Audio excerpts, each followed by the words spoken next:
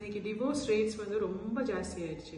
So social media open பண்ணாலே நிறைய நம்ம டிவோர்ஸஸ் பார்க்குறோம். ஃப்ரம் சமந்தா அண்ட் நாகார்ஜுனா, அப்புறம் தனுஷ் ஐஸ்வர்யா, அப்புறம் ஜிவி சைந்தவி, இப்போ ஜெயம் ரவி அண்ட் ஆர்த்தி. ஸோ நிறைய டிவோர்ஸ் ரேட்ஸ்னா இது வந்து தெரிஞ்ச விஷயங்கள், தெரியாமல் நிறைய டிவோர்ஸஸும் நடந்துட்டு தான் இருக்குது. ஸோ டிவோர்ஸ் ஆகிறதுக்கு முக்கியமான ஒரு 5 ரீசன்ஸ் என்ன அப்படின்னா, ஸோ ஃபர்ஸ்ட் ஒன் வந்து கம்யூனிகேஷன். ஸோ கம்யூனிகேஷன் கப்பல்ஸ்குள்ளே ப்ராப்பராக இல்லாமல் இருக்கிறது. நம்ம என்ன நினைக்கிறோம், என்ன ஃபீல் பண்ணுறோன்றத பார்ட்னர்கிட்ட சொல்லவும் தெரியறதில்ல, சொல்லாமல் அவங்களால புரிஞ்சுக்கவும் முடியறதில்ல. ஸோ அந்த ஒரு லேக்கிங் இருக்குது. The second one is unrealistic expectations. Reels, dramas, இந்த கொரியன் ட்ராமாஸ், இந்த மாதிரி நிறைய ட்ராமாஸ் பார்த்துட்டு அதில் உள்ள மாதிரி நம்ம பார்ட்னர் இல்லையேன்னு சொல்லிட்டு சம்மந்தமே இல்லாமல் எக்ஸ்பெக்டேஷன் ஜாஸ்தி வைக்கிறதுனால வர்றது ப்ராப்ளம்ஸ் வருது.